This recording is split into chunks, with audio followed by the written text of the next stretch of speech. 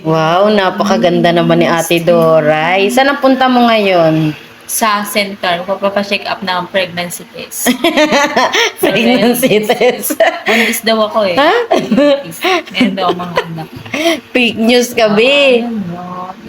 Ano ba gagawin mo doon? Magpapacheck up ng? Papacheck up BP, blood pressure area. Tama, magpapacheck up ng blood pressure. Pero ang totoo mong pupuntahan doon ay magpapacheck up ka para hindi ka na ulit sumpungin. No? Oo. Para tuloy-tuloy ang pag-ano sa'yo, gamot.